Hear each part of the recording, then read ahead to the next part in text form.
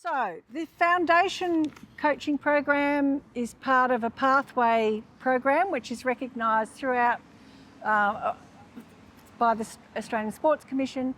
Sport New South Wales, or the Office of Sport, has a lot of information about the foundation, the Pathways program. So foundation is getting people up to speed with the sport, consolidating their skills, and being able to play in a kind of club environment. So that's intended to be foundation.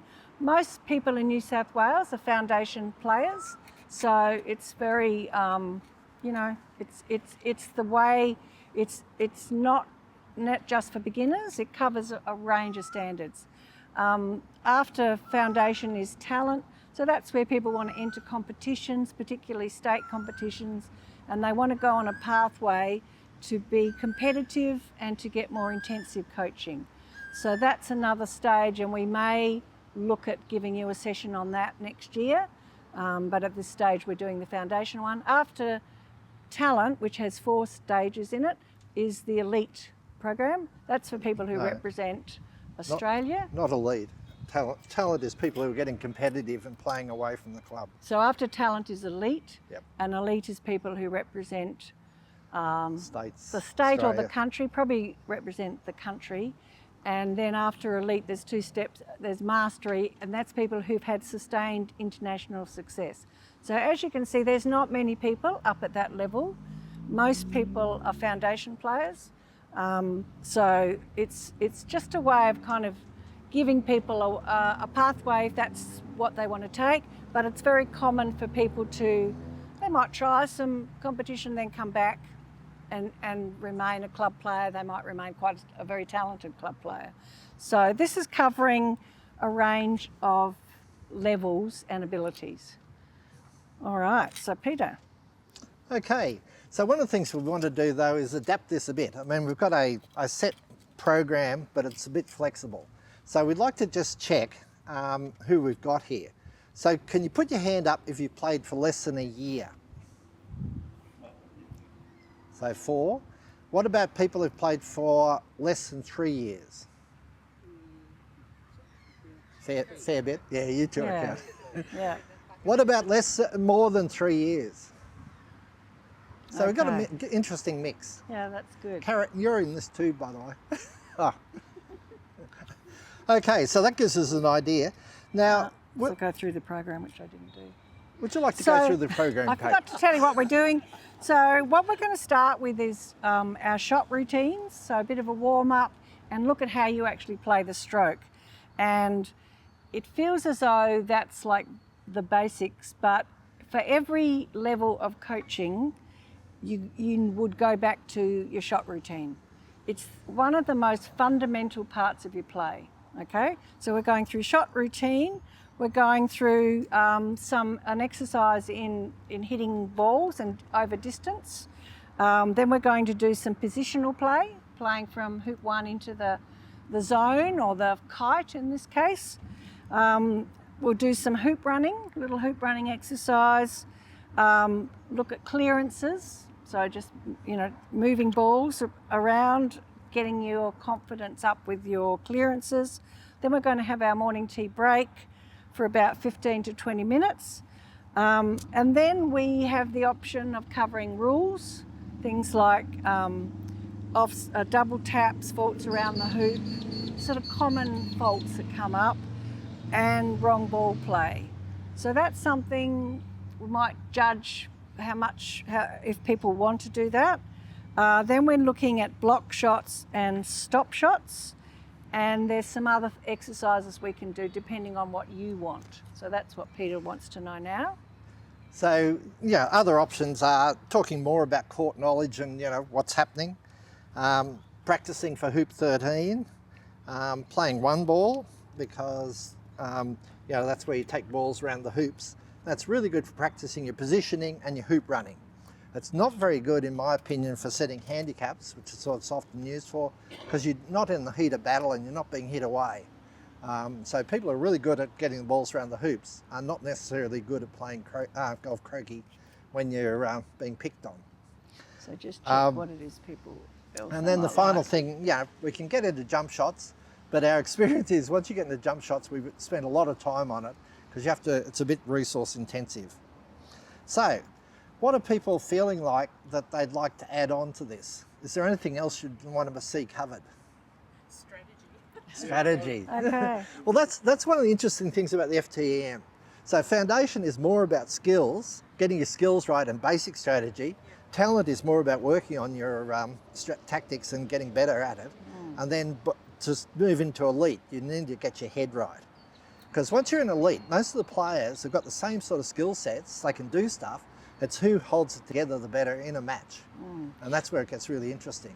But today, we're mainly covering making sure your skills are right. We can look at some strategy situations. So the hoop one is one of the strategy situations we'll cover. What do you do? How do you play hoop one? And we can certainly have some conversations around it.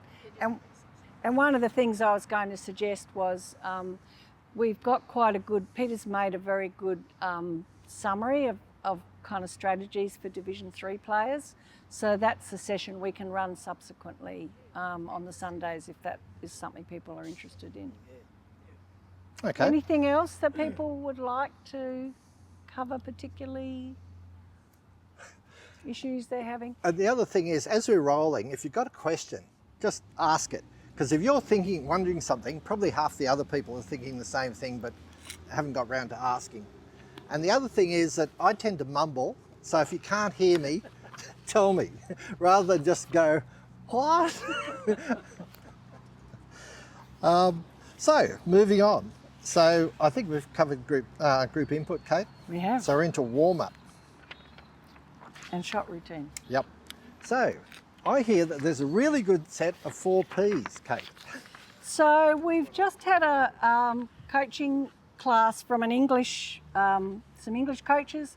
One of the things that they emphasised was their mnemonic. Most people have a mnemonic, if you don't know what that means, like, the same letter to remind you of what to do when you're playing your shots. Their mnemonic was the P. They had P mnemonics. We have S and C mnemonics mostly. Plan. So their first one was plan. So the first thing to think about when you're going to take a shot is to work out what shot do you need to play and look at what your options might be. So it's sometimes you would have thought the shot before, oh, well, I'm just going to go and clear that ball.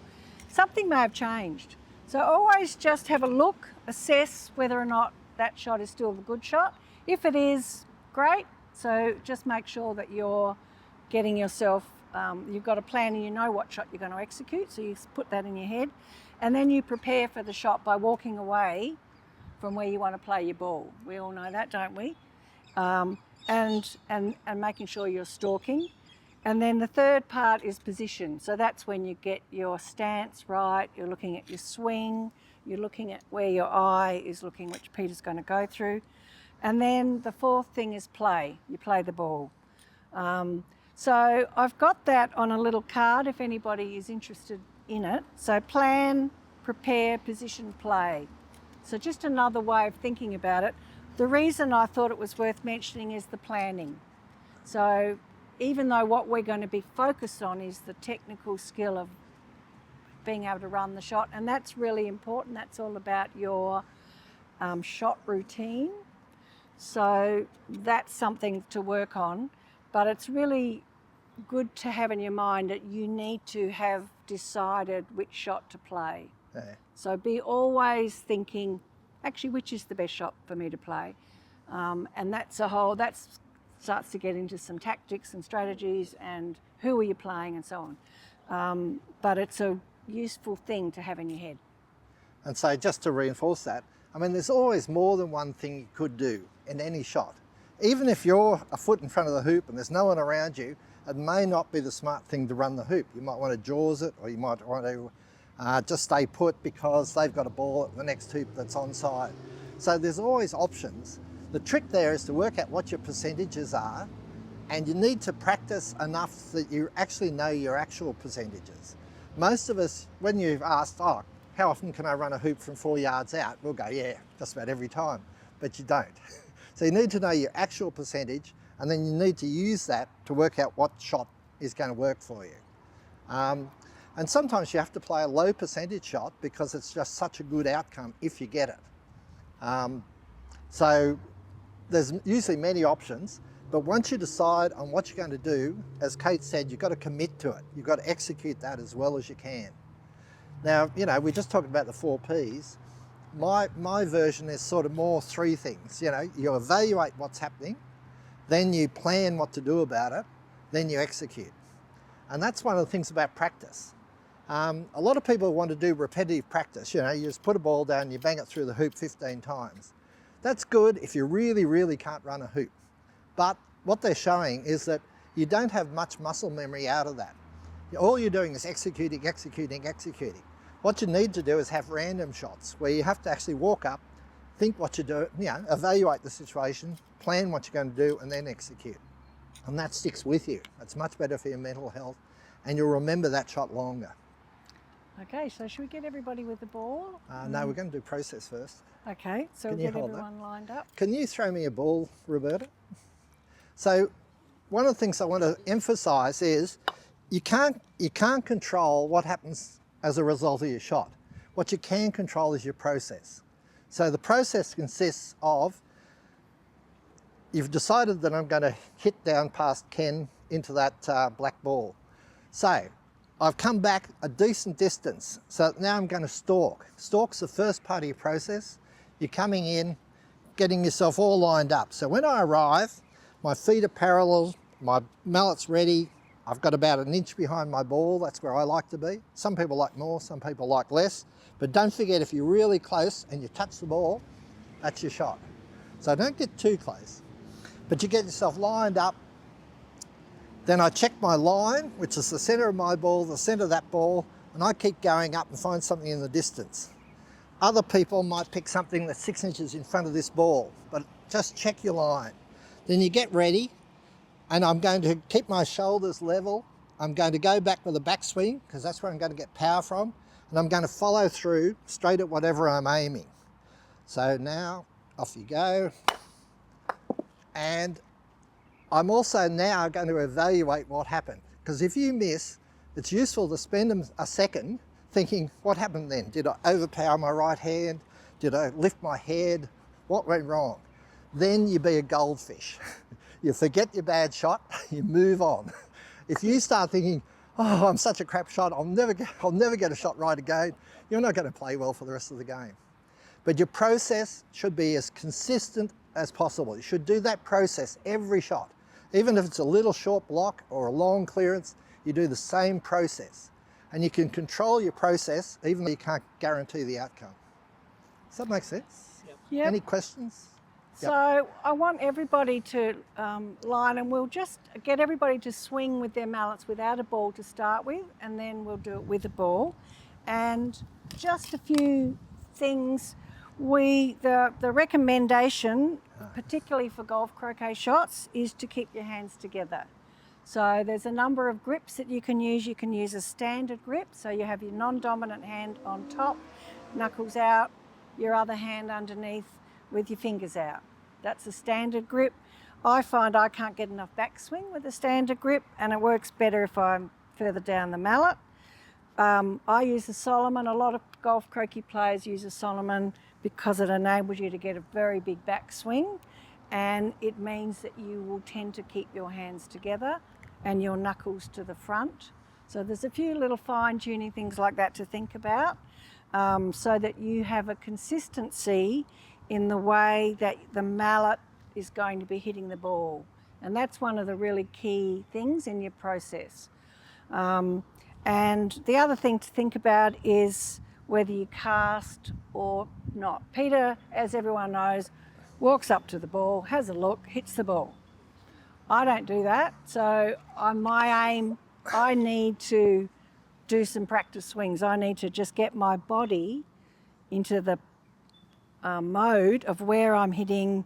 I'm watching the centre of that ball, I'm watching the centre of that ball, and then I'm hitting, I then have to lower it to hit the ball. A lot of people will do the casting, very common to do casting, it's very helpful. Put the ball down, look up, watch the back of the ball. Everyone knows that, don't they? You watch the back of the ball and hit straight through. So either of those is either of those is valid. I don't recommend hitting on a cast when you're not a very experienced player. It can have a whole range of consequences. So what we want to look at today is what your normal shot routine is. Oh my goodness. What is going on? The whole fire engine, ambulance is here. There's another one coming. Fire engine. So can we line up? So I'll get you a line up approximately where those little white pegs are. But first of all, try your shot routine without a ball, and then we'll try it with a ball. Anyway, just everyone practice their swing. Everyone just pretend there's a ball. So your feet are going to be about a hoop width apart normally, or closer if you feel comfortable with that. And you're trying to keep your feet on a parallel line with where you're hitting. So just practice swinging the ball. So That's it. You want a nice long swing. That's the kind of swing we're looking for. You know, where you're not trying to power it forward by pushing it as it comes forward. You're just letting it, yeah, it's a pendulum. You can feel the weight of it doing the work. And you can hit the ball like that and it will go the length of the lawn. You don't have to hit it hard. That's one of my sometimes mistake that I try to drive the shot. Yeah, that's what we're trying to avoid. Yeah, And then it goes wonky. yeah. No, every time I try and overpower it, and I can feel it because my muscles here tense. I know I've punched it and it's gone off. Grab a ball and then come back to the first line. that's getting better. So the first line's a yard out where you're standing. So the goal of this exercise is just to keep your nice, long, languid swings, but you're trying to roll your ball between the pegs. However, hitting the peg is enough because that implies you hit the hoop leg and you're just going to stay close to the hoop, and that's enough. If you do that successfully, you go back a yard. If you miss, you come forward a yard. So nice and easy, yep. Yep, so now you just go back another yard. If you look on the edge, you'll see a red flag, just where that is, about where you're standing, Roberta. A little bit closer, Wayne. A little bit closer. Yep, so we're doing an exercise where if you hit it, you go back another yard. If you miss, you come in a yard. So you just need to remember where you are at the moment. Nice long swings. Up, so you come in, Roberta.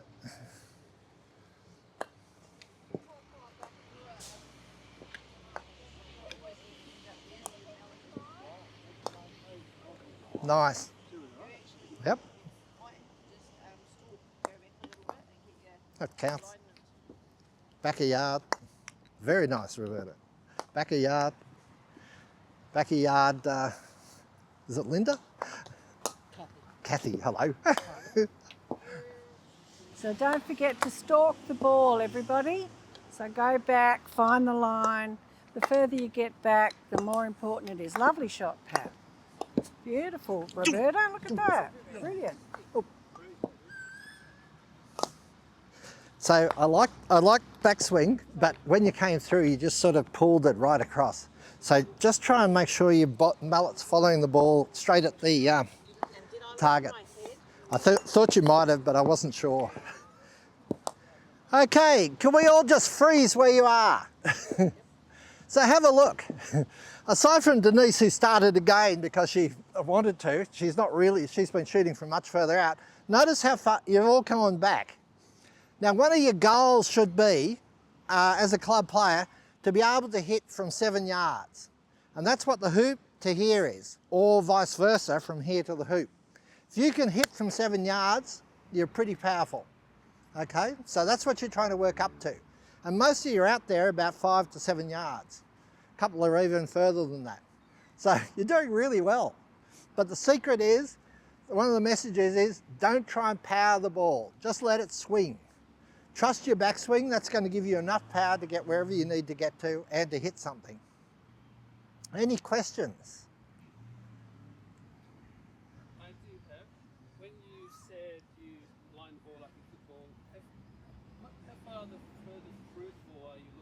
I'm actually looking right into the distance. Right through. Yeah, so if I was looking through this ball, I'm looking at that lamppost down there. You know, Rotate a ball in 7 metres. yeah. So I'm looking through it at something right in the distance. That just feels like my line. But as I said, Kate's actually the opposite. She will pick something a foot or so past her ball in the line and just aim to roll her ball over that. Right. And the big advantage to that is you're not looking up. Because yeah, the big tendency I've got is to look up to see what's happened. Whereas if you're looking at something down there and you're rolling over it, you're still keeping your head down. Yeah. I still find looking beyond is very helpful. When we get to hoop running, that's something to talk about, to look through the hoop. A lot of people look at the hoop. So, and for a long shot, it helps with your perspective if you can find a target in the distance. Yeah, so it's just like the board at the back. Yeah, that's quite good, particularly if it's got a little mark on it or something. But that's as far as I was looking. So yeah. Yeah. Yeah, But everyone's going to have a different aiming thing. The main thing is to, try different things out and see what works for you. The other interesting thing is that most of us are right eye dominant, so that's going to be the line that you're lining up on. But I find in about 20% of my games, I've actually switched to my left eye. So I actually switch. And so I have to remember which one I'm aiming with.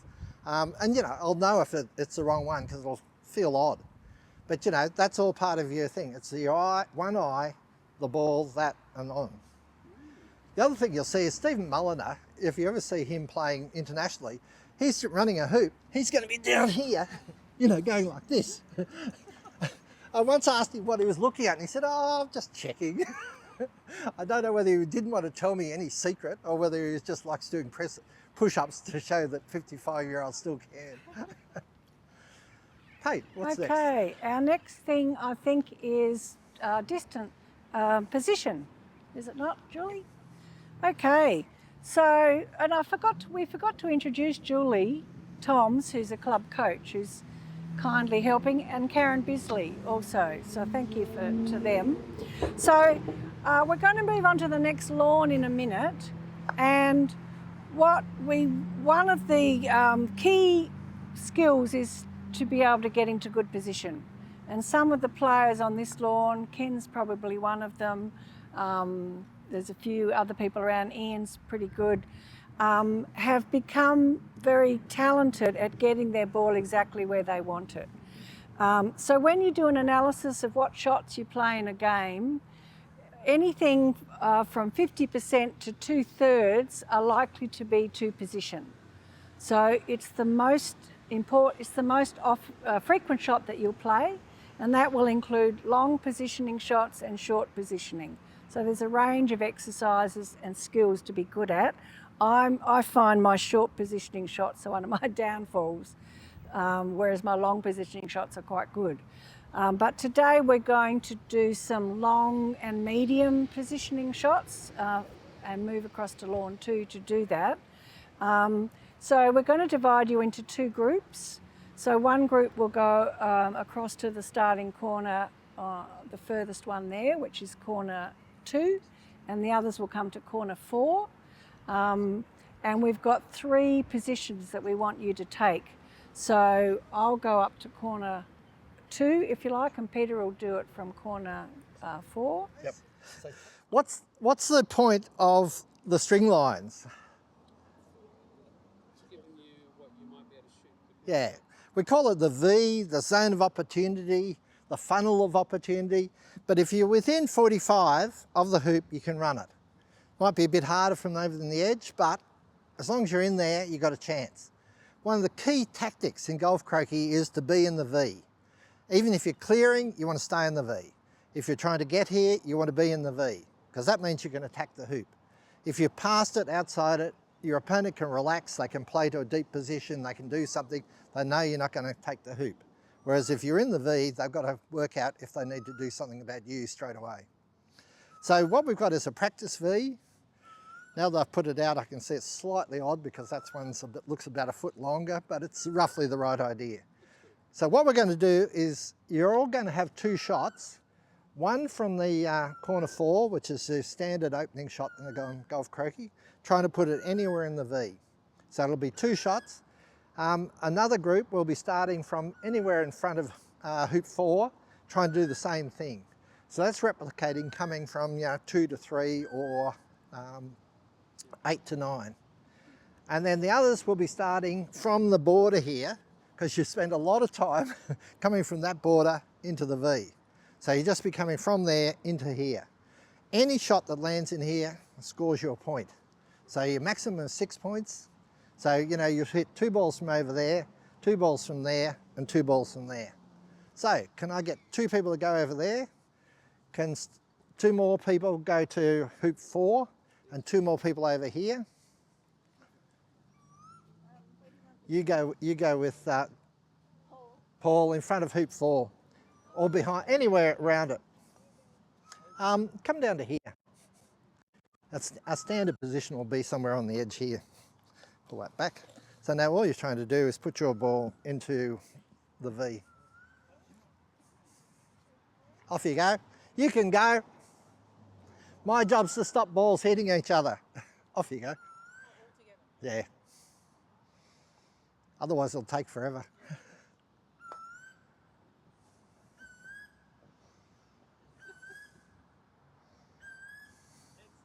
No, I'll leave it there. If you see a ball going to collide, you can grab it. So that's good.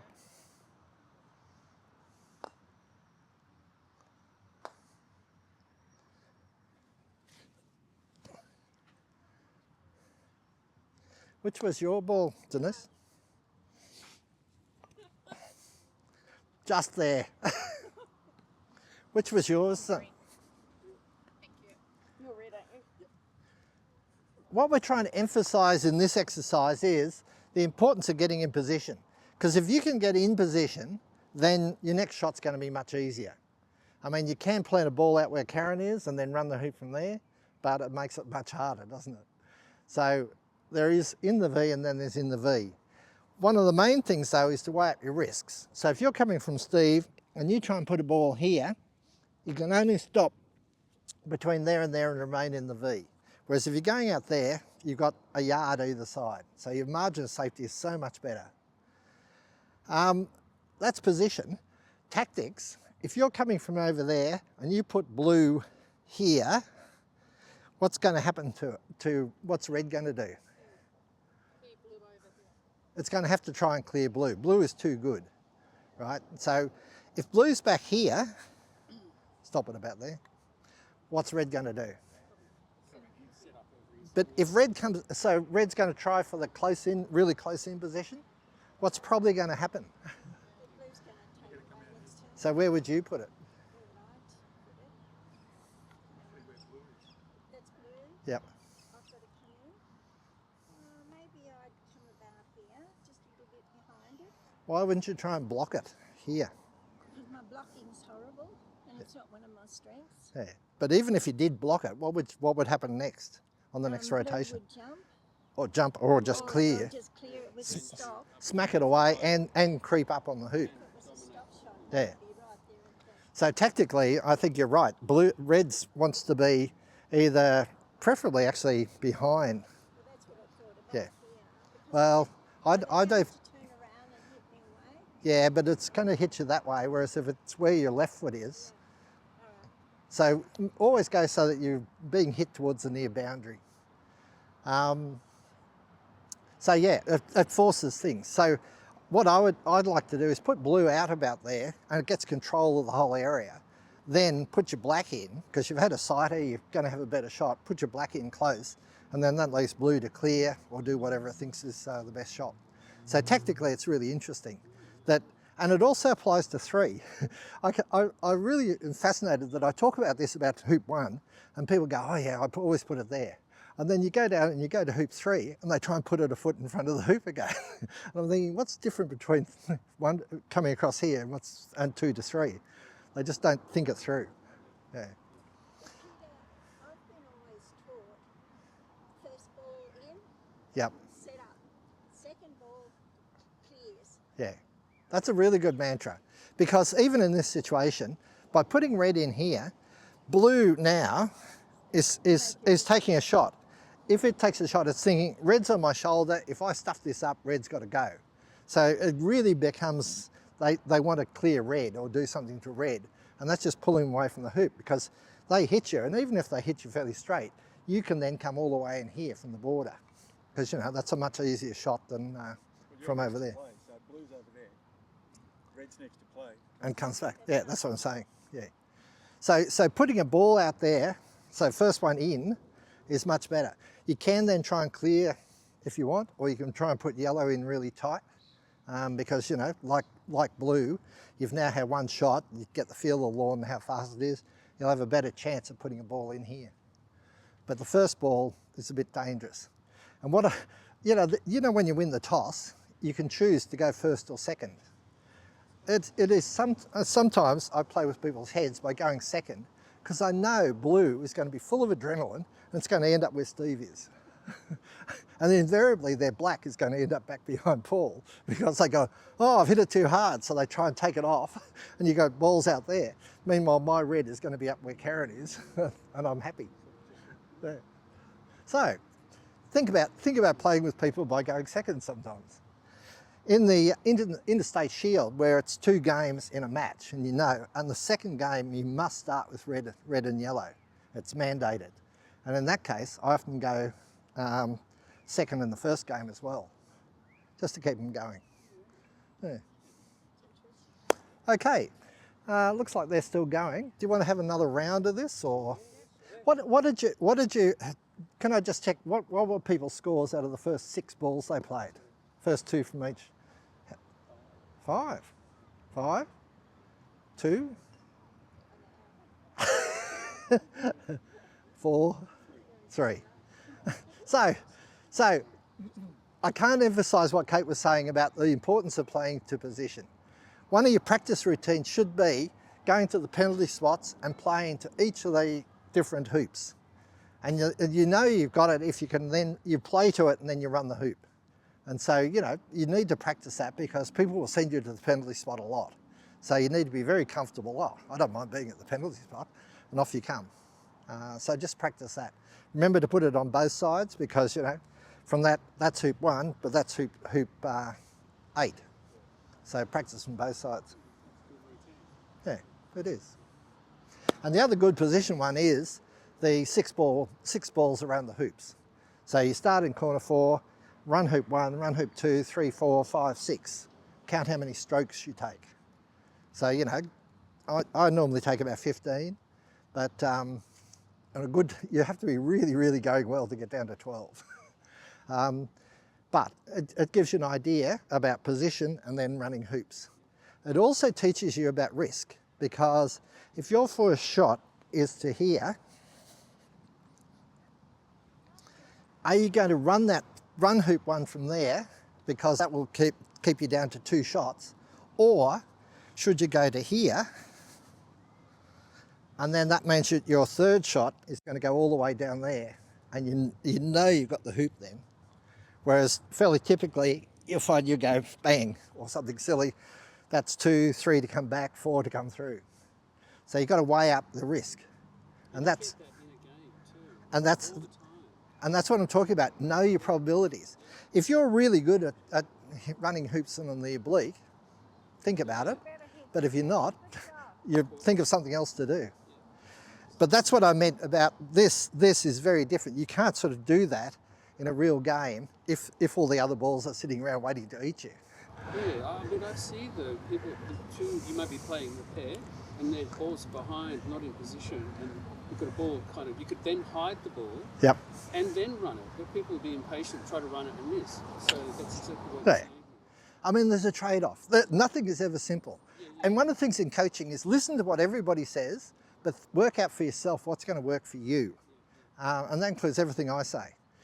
Because everything I say, there's always one exception somewhere about why you don't do it. But what you were just saying is about taking a wide position and being patient. The trade-off to that is that I do see a lot of people who, you know, they're there and they're too shy to run the hoop. They look around for red to hit and, you know, do something to buy time. You can get 20 minutes on a hoop if everyone's just hitting away and no one's trying to run it. if you're within your comfortable hoop running position and you got, 75% chance, and you guys all should be about that level from there, take the hoop. Yeah. Occasionally there'll be a tactical reason why you might want to hit red away and stay. And that might be because yellow's down there on side, and if you run this hoop, then it's going to take the next hoop, so then you hit it away and make them come back. But if you're within a hoop range, anywhere like that, you should be taking the hoop on. Yep. Yeah, my thing was, the person might have been out here and Yeah. the ball's behind. Yeah. And this hoop down here. And Yeah. So chuck us those two balls, just to explain what Ken's talking about. So if you've got a situation where they've gone past here, so Ken could try and run it, and what, 20%, 30%? Whereas if you came into here, yeah, and I wouldn't be trying to go there, because Hobbes' law is you'll actually go into the jaw and then they're both happy. but somewhere, about out there, that's going to be, just chuck it to him.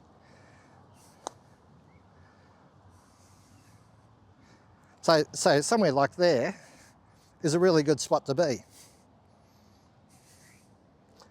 Somewhere in that region. So your chances have just gone up, from 20% to 90%. And there's not much they can do about it except try and run the hoop backwards on you. And the other thing, tactically, they've tried to come through and they've got stuck, okay? Same thing, you don't want to be there because they can come through and clear you. You want to be sort of at the side, and you don't have to be right on the edge. That ball can't be hit, because as soon as I try and get to you, I'm going to run into the leg. So that's perfectly safe. Normally what you do in that situation is go into a jumping position, so that you're at your optimal jump distance, so that you can just pop yourself over after they come through. And it's surprising how often they don't come through. They're trying to finesse it, and they're trying to just come through, and they go, oh! And so that's still not through, and so you've got a very safe jump. Doesn't matter if you put red through, it's not going to score.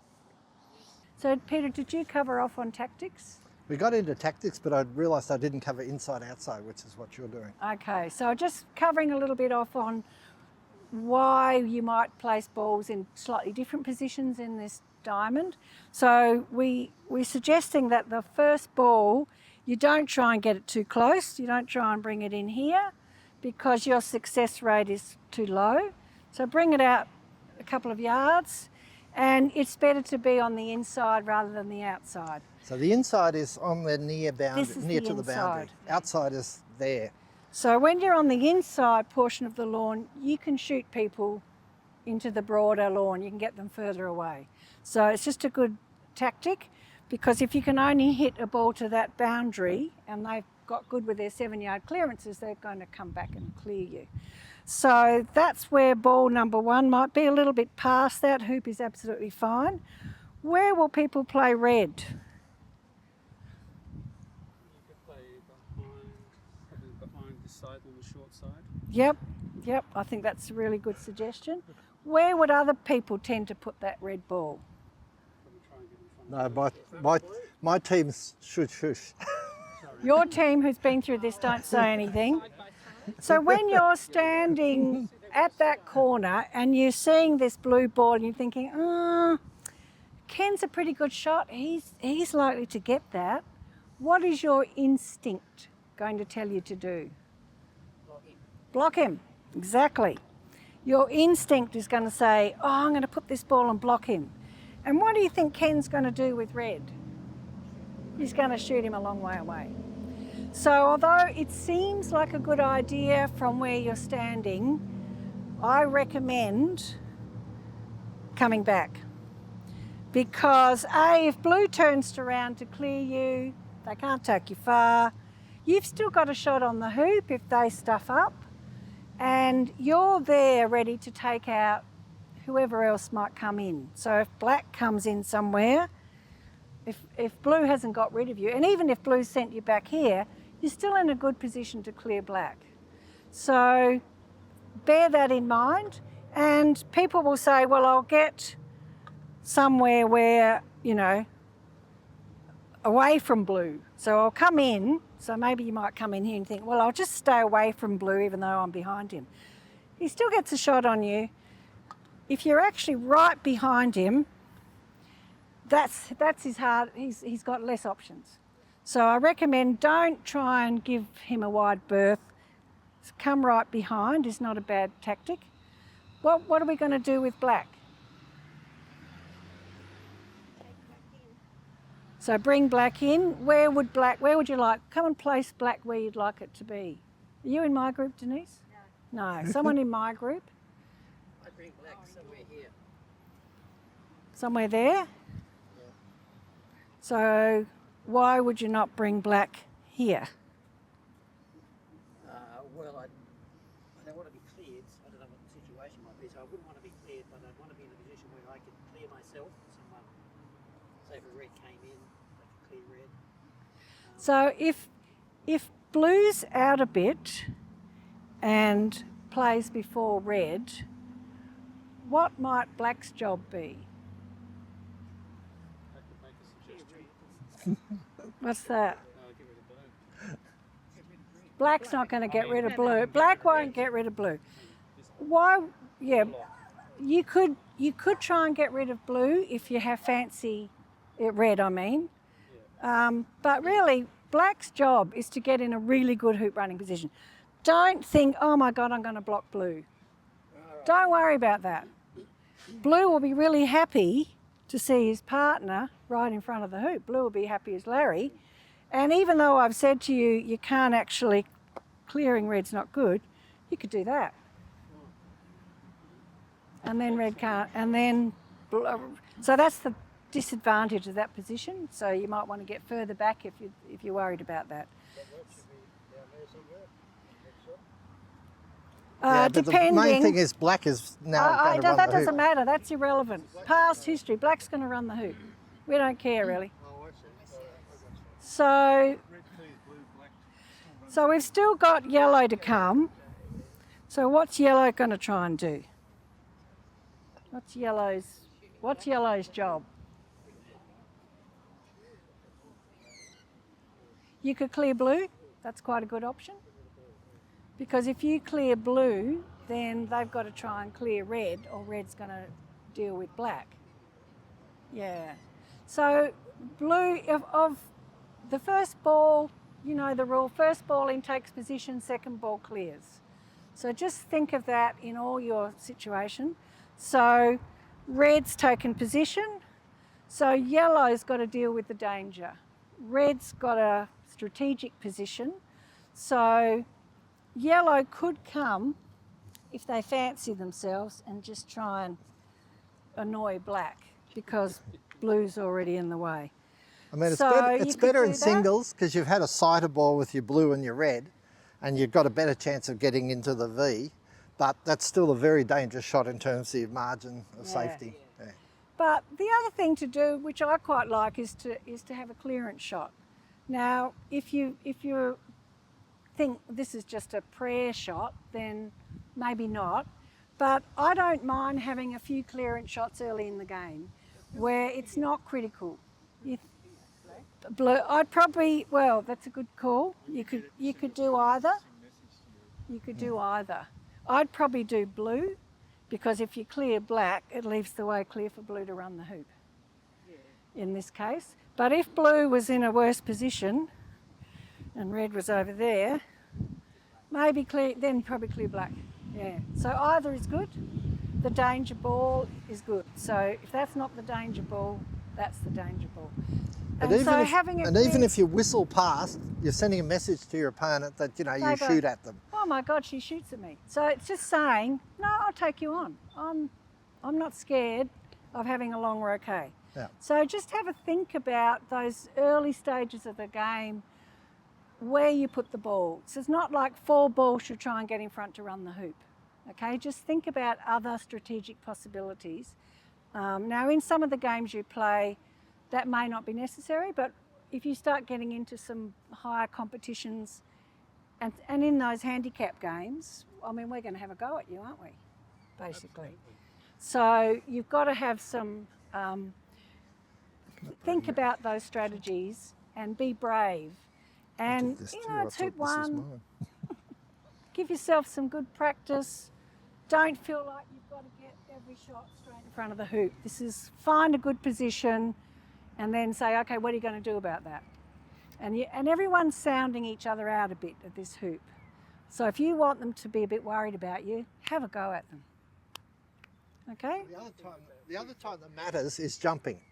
Even if you're a rubbish jumper, the first chance you get where they give you a jump, and you know, it looks like this, say, and you think, I'll never, ever, ever get this, jump. Because even if you don't do something bad, they're going to say, oh, they jump. I can't afford to, just put a block in front. Because if you fail to take a jump, they're going to go, they don't jump. They can't jump. So even if you do your usual rubbish jump, have a go. And who knows, you might even get it. Okay, moving on to hoop running. Hoop running, yes please. Now, does everybody know about the magic aiming point? This is magic aiming point? This is magic aiming point with string. The magic aiming point represents a ball in the hoop there and the outside edge. So the way you get to that is you draw a line across here, go to the middle, come out a good inch. So that's what there. Let me change it from a green. So that is the magic aiming point. Wherever I am, that's what I'm aiming for. If you're in the V and you can run the centre of your ball over the magic aiming point, you will run the hoop. So all the time, you're coming in and you'll just go like that. Doesn't matter whether you're straight or sideways, you'll go through. Okay? If you don't aim at that, you'll probably hit the leg. And at this stage, can I just point out, visualization is really, really important. When you're playing a shot, visualize. The last thing you should do before you hit the ball is just think, this is how it's going to go. Just picture it. I can see my red ball running straight through the hoop and keep it on going. It really, really helps it happen. If you have a negative image, if you think, oh, I haven't hit the leg, where's your ball going to go? Into the leg. So that's really, really important. So all the rest of the stuff is just the process we were talking about, coming in, getting yourself set, checking my line onto the magic aiming point, and following through. Bit harder and not talking. So we're just going to go and practice that. So going pairs, we're going to play croquet tennis. So we're going to have one ball to each hoop and two people. And you can start with this magic aiming point, and then when you've had a few shots with it, take it off and start with a close hoop run. Yep. So the idea is you're probably going to be about half a metre out, and you're going to take it in turns. So Steve, Paul and I are you playing come with, tennis. Ian. We'll go over And there. I've put down the magic aiming Yeah, point. you only need one ball. There. So You're on the other side of the hoop, Paul. So I'm going to have the first go. So do we need, and I'm going to try and run the hoop. 15, love. Now you come to the same distance out, which is about there, and your turn.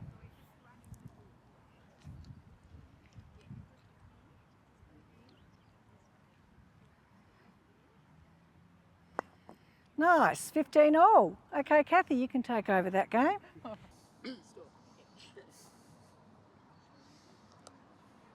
It's out again. So can you stop and let go of your mallet and step back? Can you see where you're lined up? So you're coming into here. Yeah, There. I can. Yeah. Yep. That's good. But now the crucial lineup is important, but the crucial thing is your swing. So now just let your swing follow your mallet, follow the ball through the hoop. So nice and easy. Don't have to hit this hard. and you looked up. One more. So you've got to watch the ball and keep watching the ball. It's the intensity. We're all looking at you. Great, I've been playing for When you've had enough, it's morning tea time. Morning tea time when you're ready.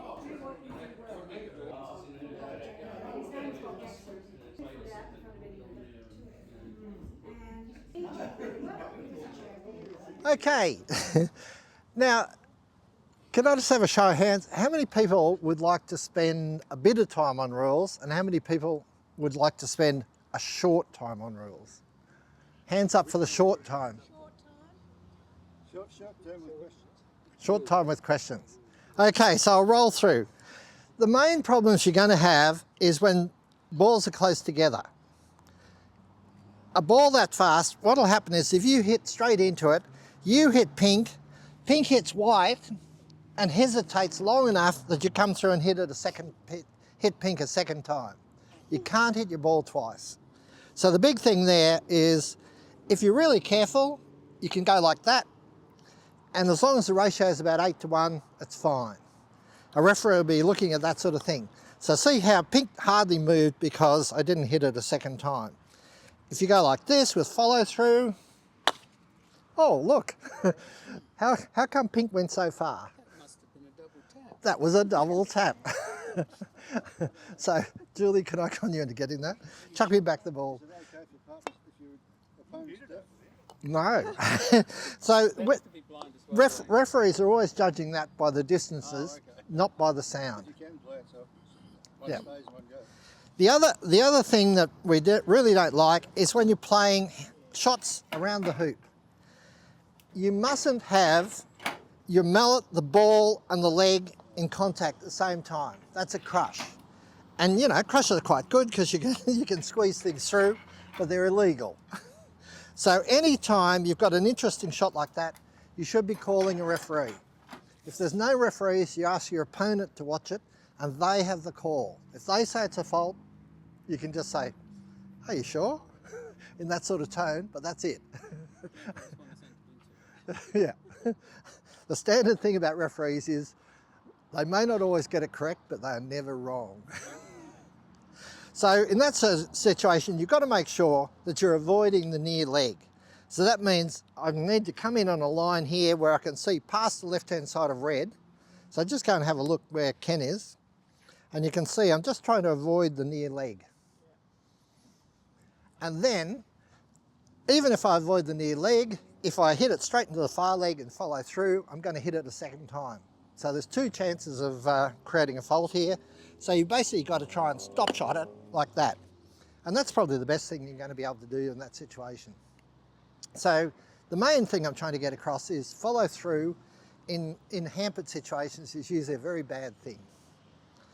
The only other one that I'd like to cover in terms of faults is when you're in the middle of the hoop and you're trying to go down there, so you're doing a big shot, if you hit that cleanly and miss both legs, and I'm swinging that direction, it will go in that direction. So let's just follow the straight line. If I go like this,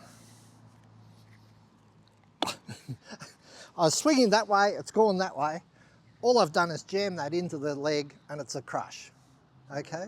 So you need to be really careful when you're hitting balls that should be really clean cut, but if you bash into them with a bit of an angle and they come out not in the line of your swing, it's going to be a fault. So how would they play those shots, Peter? The main thing is to line up so that you've got air on both sides of the ball. So here, I want to be coming in from this angle so that there, have a look where Wayne is. So you can see I'm going to miss both sides. But then the way you tell it is after I hit it, it's followed the line straight through. Okay, if it deviates, it's probably going to be a crush. Now referees don't have to be absolutely certain it's a crush. If they think it's probably a crush, we call it. Okay? Now a lot of times people might have mercy in social games and things like that, but the more we let you off and get you into bad habits, the worse it's going to find you out when you go into competition. So it's better to try and get that right and try and play properly all the time. What about the ones where you sort of out, like, Out a bit. trying to, I know you threw the hoop, but Yep. is it, Do you mean before you run the hoop? No, after. Or after? Here, so this through the position. hoop. Ah, Yeah. through the hoop, yep. And then there's all sorts of problems there, right? So this is called a hampered shot because a hampered shot is anywhere where your swing is So affected. this is you're playing this way. playing this way. It's a hampered shot because you haven't got a clean go at the white ball. That's also a hampered shot because I haven't got a clean go to hit pink away. This is a hampered shot because if I'm trying to go here, I mustn't hit red, so that would be a fault. So hampered shots are where your swing's been complicated. Here, you're trying to make sure that you don't double tap or crush. If I go like that, that's a crush into the ground. It's going to bounce to and fro, so technically it's a double tap. We call it the devil's spot, because if it's there, I just tell people, if you can reach it through the hoop, you can hit it. And in fact, I can hit that. Even though it's not touching, there's enough give so that you can go, and away you go. But if it's there, it's too far to come in here, but it's really cramped. So you can do a couple of things. One is you come down like this, you've got to avoid that. So, you know, you're going like that. My preference is to do this. So you can get a fair way just doing that. So take your hand down the mallet. Yep. And use that leverage at the bottom to be able to It's a punch. punch. So the It's a trick here punch. Don't is push it.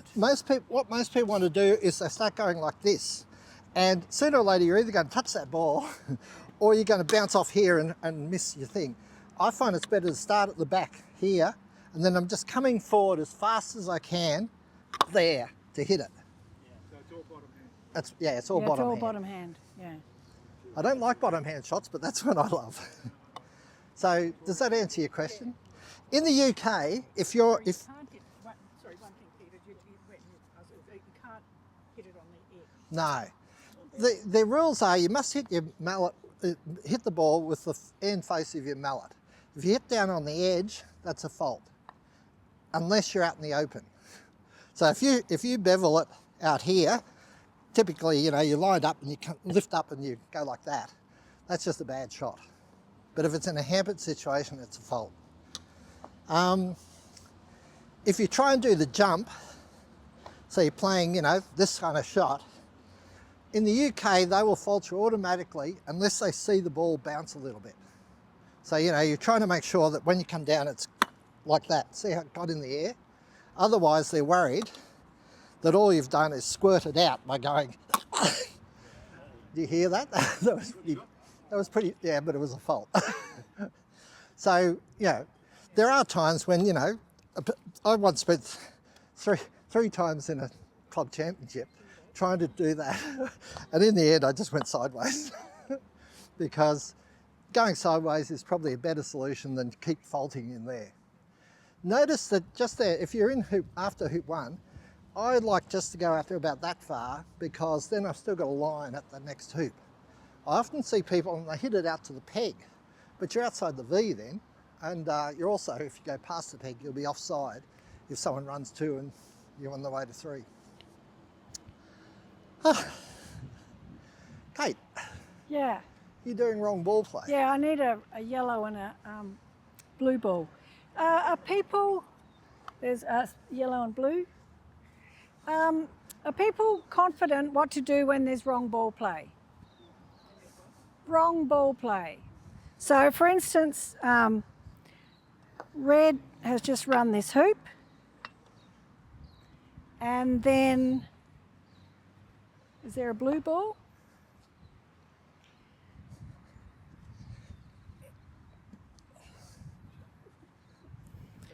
Okay, and black's here and yellow's somewhere else, blah, blah, blah. Okay, so red's run the hoop. Oh my God, so it is. So you're now red and yellow. What are your choices? Do you know what your choices are? You can do a ball swap, or you can redo the shot. Okay, so if I redo the ball that should have played was black. So that means blue comes back to where it was and I play black. Okay, so that's an option. My other choice is I just put black where blue is. It's as though I have played black and come back here, and now it's yellow's turn. So if you don't like if you think where blue is not a very dangerous position, it's not a threat to you or it's not a good shot, then why give them another turn? Don't let them do it again, because next time they do it, they might end up straight in front of the hoop. So in that case, a ball swap is good. If, however, blue was right in front of the hoop, Or had run it. or had run the hoop, you're going to say, can we do replace and replay, please? Try that. See if you can do that again. So if they do a great shot, make them play it again, replace and replay. If they do a bad shot, ball swap. Happy where you are. So that's a kind of rule of thumb that I have.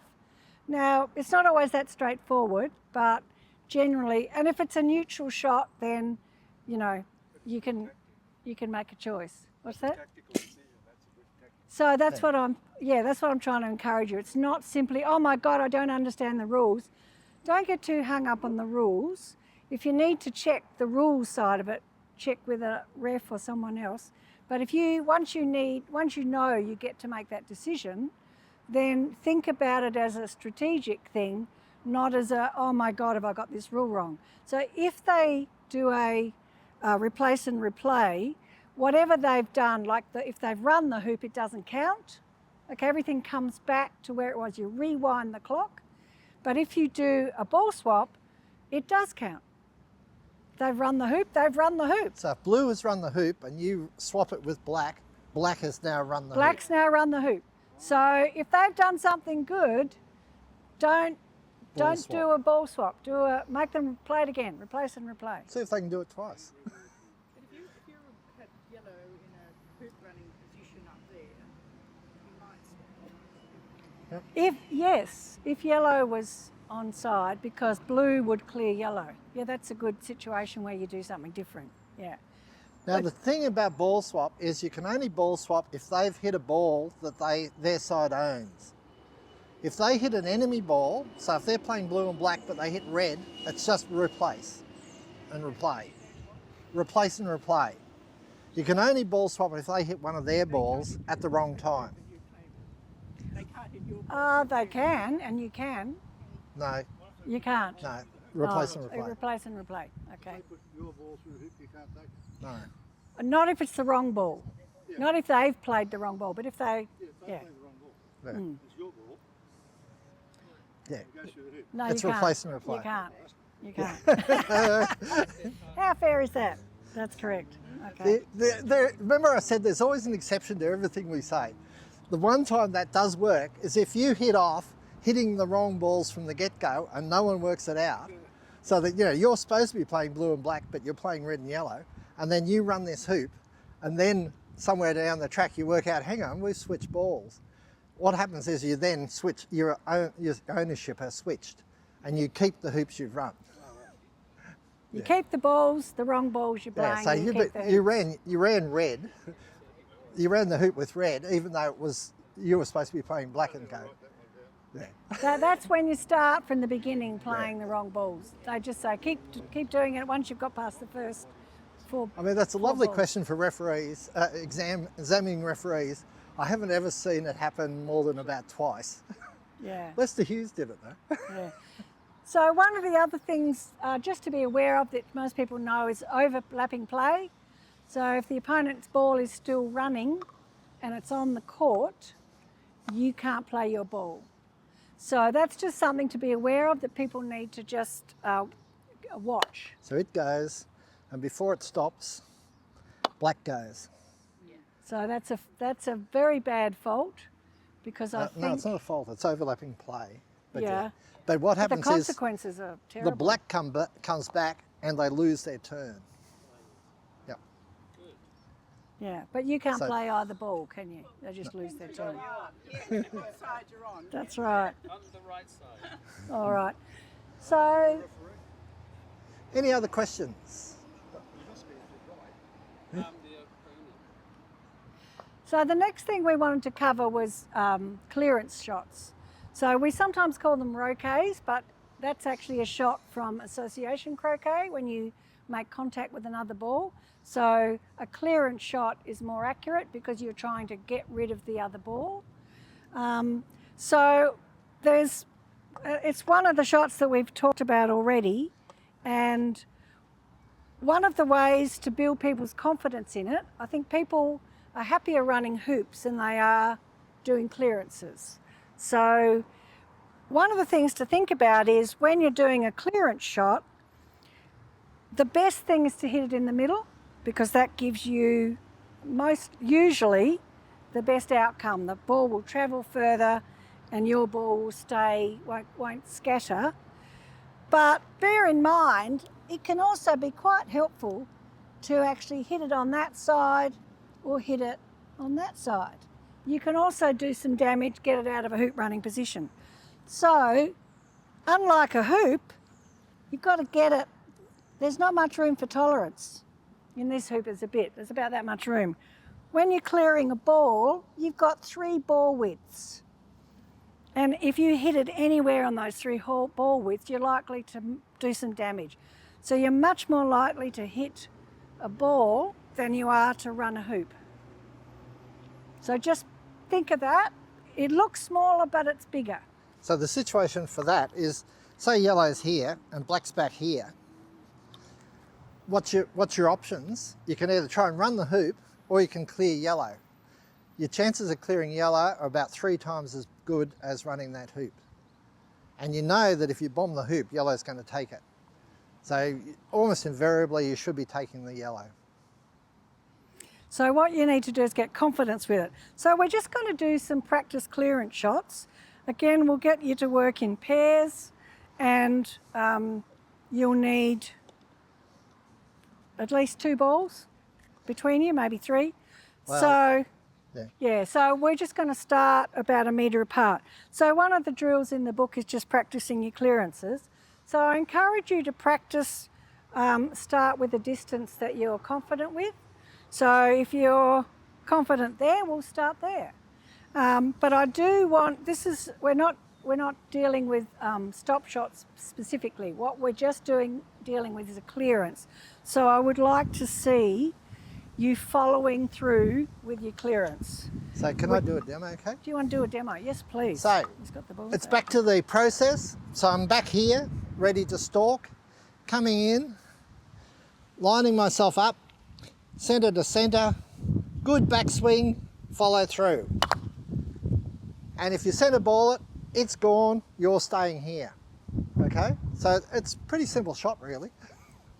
So most of you should be pretty comfortable with it. So I want you to concentrate on centre ball clearing, starting at might be 3/4 of a yard out, and then one person might have to fetch for the other one, and then just come back and do another one. Patrick, Here it comes.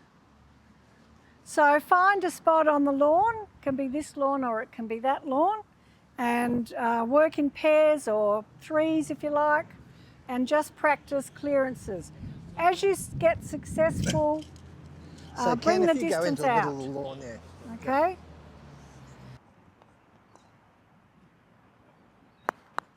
That's beautiful, Paula. That's beautiful. You're not going to achieve the perfection of centre clearances all the time, but that was a good, powerful shot. You made it count. You gave it a bit of oomph. So that's a pretty good shot. You didn't move far.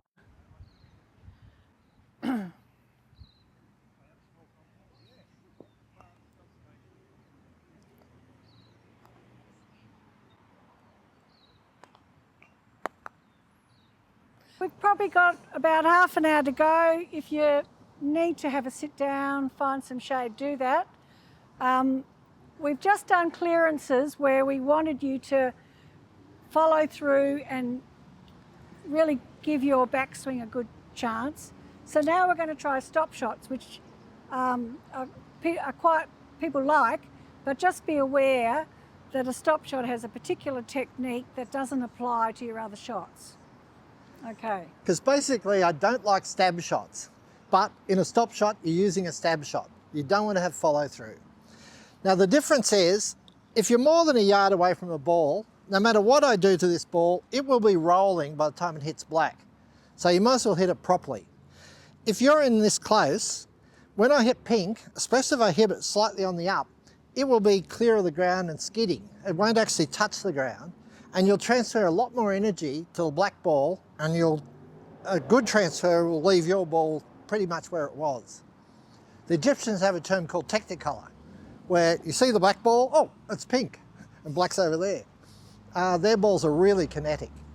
So the point about this is same process in that I'm back, I'm coming in, lining it up where I want to send it, get set, but then I shuffle back and see what's happened to my mallet, how the front of it's come up. Then I watch the ball, check everything, and then smack. And so it's gone a long way, and I've tried to stay in front of the hoop. A really good stop shot, you know, you've got another shot where you can run the hoop, okay? So we're just going to practice those. First up, you know, about a foot or so apart, and then we'll move into really short ones. But at this stage, try it about a foot apart. Do you want to show them that now? Okay, well show this now so you don't have to come back. If you're this close to another ball, there's no way you can safely hit that ball. You're going to have to come off at an angle. So if you come off at, that's about 80, 85, and that's going to be fine. There's no way, because the pink ball's kept going before I can touch it again, it's going to be okay. Anything less than about 60 degrees separation, we start looking at how far it's gone. 60 degrees, we want to see 5 times to 1. Straight into it, you want to see 8 times to 1. That's maybe too much information. What's that? Too much information? Too much information. If you're that far apart and you're careful, you can hit straight in. You would call a referee or your opponent, because this is a dodgy shot in terms of what could go wrong. And then I'm trying to do that. I'm trying to dig in the back so that I don't follow through. And the good thing about golf croquet is you can have as many goes as you want, as long as you don't touch a ball. But the main thing is take a deep breath. Don't just go straight away again. So, that might be lawn damage. You'd call someone over and have a look, but that went probably about 8, just 8 to 1. So it's probably okay. Probably more like 10 or 12. Yeah? So we want you to practice a shot that should be quite achievable as a stop shot, and successfully keep your ball here. And then after you've had about 5 practices at that, practice this one. What's the separation there, Peter? There, that's about 6 millimetres. Is that the separation we're after? In theory, you could hit that.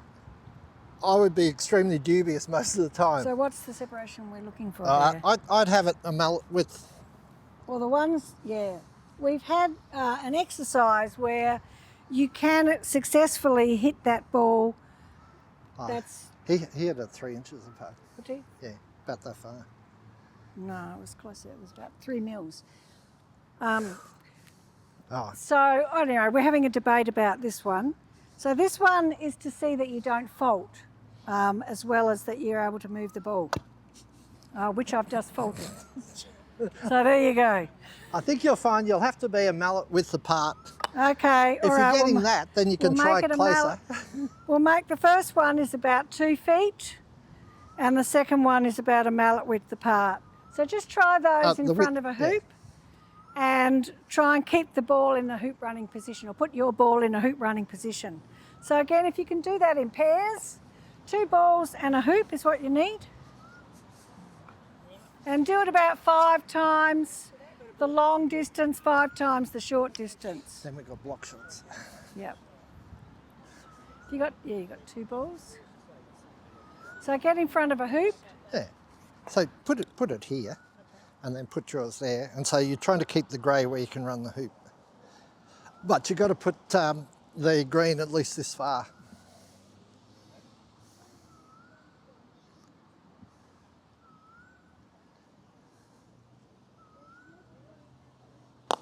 That's very good.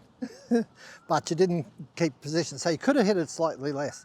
A good trick on this one is to go that way, because what we're trying to do is to make sure the green goes 7 yards, and you can tell. Yep. Nice. So the advantage of this is part of the rules are you're supposed to get white to the border. Yep. But blue's got to run the hoop. Oh, blue's. So what this does is that you know how far to send the white ball, Yep. and you know that there's no point in trying to send it twice as far because it's not going anywhere. So it's as much about hitting this under control as it is about clearing it. Yep. Okay, well, so this is about blocking. Okay, blocking is a really good skill, particularly, I mean, we've been talking about clearing. We just had a whole lot of hitting balls, but the alternative is just to go in front. And particularly if there are two enemy balls in front of the hoop and your other ball's somewhere out of action, then you might as well just try and get in front of the hoop and see if they hit you through, than trying to clear one of them, and then it'll just come back and you're giving up total control of the hoop. So in this situation, you've got brown about 3 yards back in front of hoop 1. Pink to play, can't run the hoop. Can I just do a digression, Kate? Yes. So when you walk on the court and it's pink to play, you go through a little checklist. Can I run the hoop easily? If pink can run the hoop easily, run the hoop. If pink can't run the hoop, can the next ball to play run it? So in this case, pink can't run, but brown can. So you've either got to hit it or block it. You've got to do something about it. If the next ball to play can't, because it's somewhere else, can its partner ball run the hoop? In that case, do something about it. If none of those apply, just get in the V. So your little mantra goes down there. So if you can run the hoop, do it. Anywhere within a yard, you know, you should automatically be going for the hoop. If it's beyond that, you need to think about what your other tactics might be. But run the hoop. If you can't, clear the next ball to play. If it doesn't need to be cleared, clear the other ball that could get through. And if that doesn't work, just go on the hoop, go on the V. So Kate's playing pink. What should she do with it? Whereabouts? So put it up close to brown. What's going to happen next after this? Oh, Yeah. and look, I've gone too far and missed the block. If you go there, then so I've still stayed in front, and you have to stop me running the hoop immediately, but I've got control. So you don't want to put it too close to brown. Are there times when you would put it close? Only if your partner ball was ready to run the hoop, then you'd either clear it or block it up close. But the alternative is come in closer.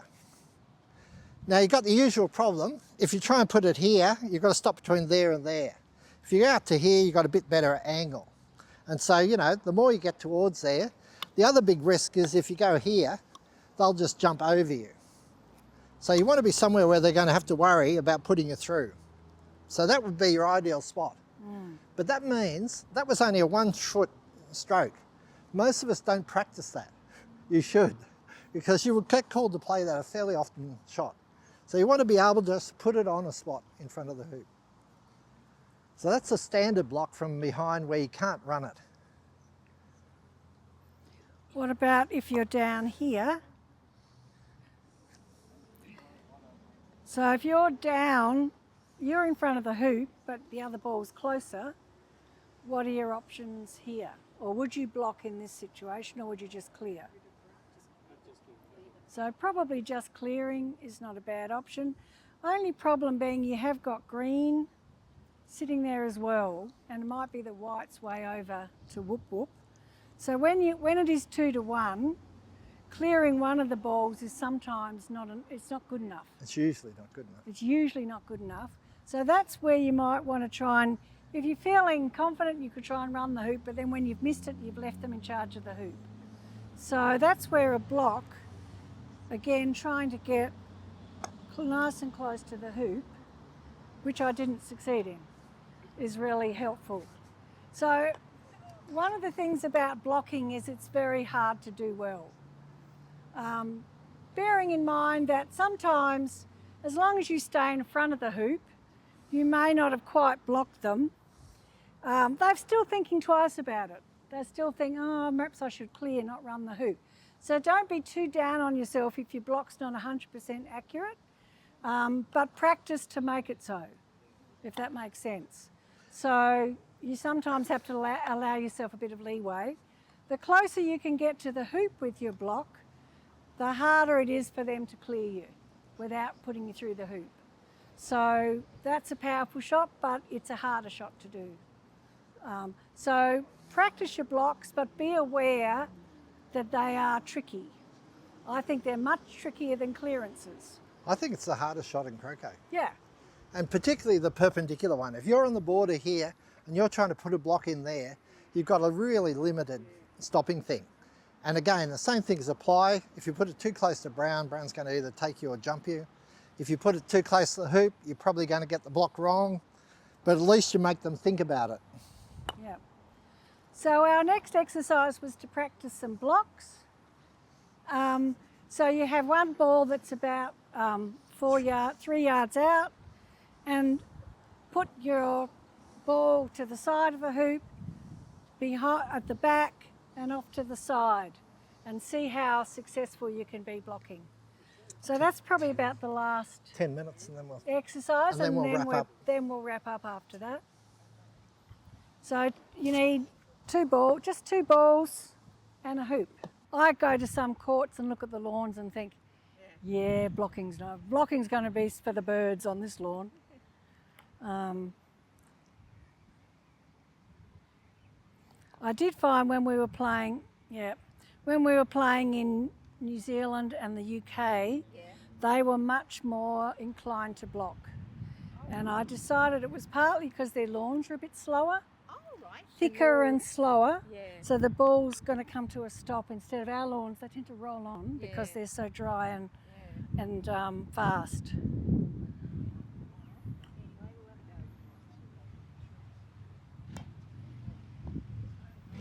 Good. And well, that's quite good because you've got rid of red can't now run the hoop, you've eliminated the danger and you haven't gone too far.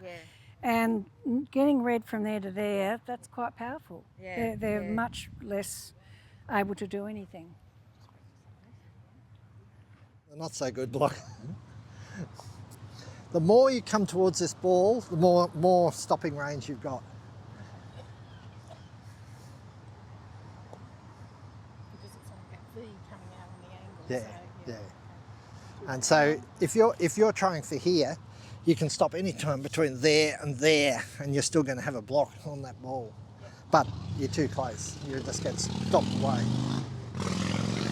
So the next exercise is from back here somewhere. You know, say you're back here, and you think it's better to go past it rather than try and clear it and try and put the block in. Peter, what sort of follow through do you do when you're trying to block? Do you just stop it? No, most people do. They end up trying to do stop. I prefer to just try and hit it really, really slowly. But have a... Yeah, but not a big backswing because you don't need the power. Yeah. So like this. So if I'm trying to put it to that ball, then it's just, you know, that sort of speed. Right.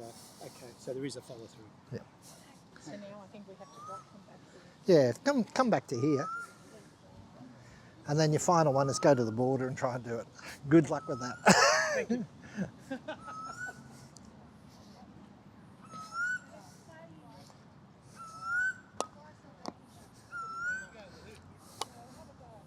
So just stop it about there.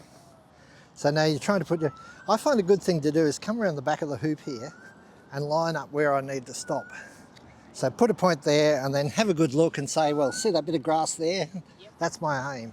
If you have a positive thing you're aiming for, it's more likely to happen. Yeah.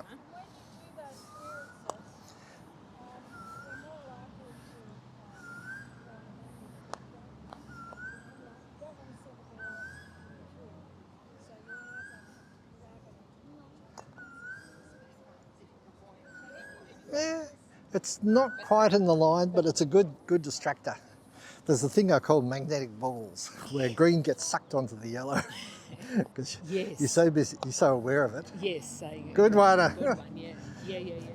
The corollary is, if you've got that sort of situation, now, and I don't want to jump, I can clear pink, and I need to get it so I can't run the hoop, but I don't want my brown to go anywhere far.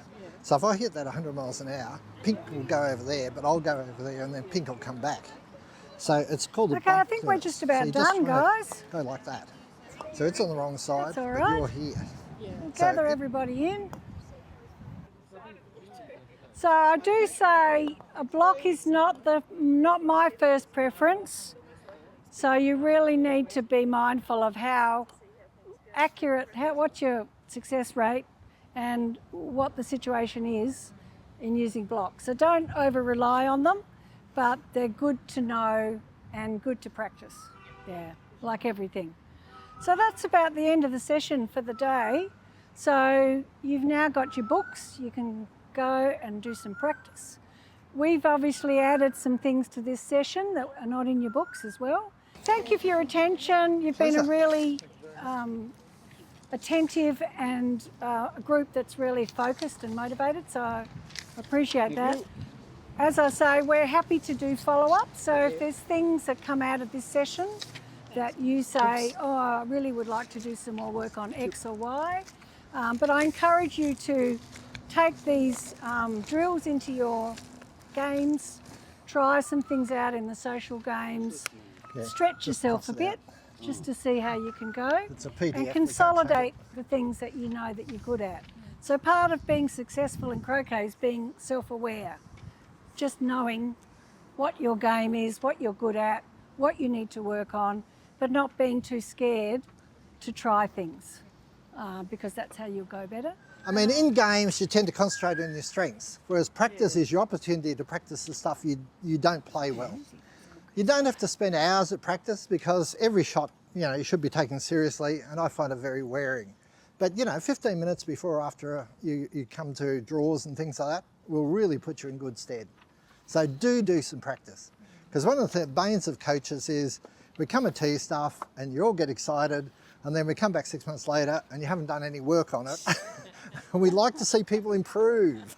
And you guys are all playing quite nicely, so you've got a lot of improvement left in you, but you're going well. So congratulations, keep going. Thank you, Peter. All right. Thank you. And thank you very much, Julie and Karen for your coaching assistance. And thank you to Samuel Gumbrell, who's done the videoing, and Ken, who brought the mulberries. Yeah. Morning tea. We all contributed. Exactly. Made them on. Yeah, good. Yeah, nice. That's why I bought a second one.